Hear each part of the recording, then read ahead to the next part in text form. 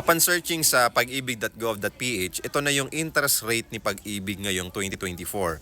So 1 year fixing period, okay, 5.750, 3 years 6.25, 5 years 6.5, 10 years 7.1, and then 15 years 7.7, 20 year 8.5, 25 year 9.1, 30 year fixing period 9.750.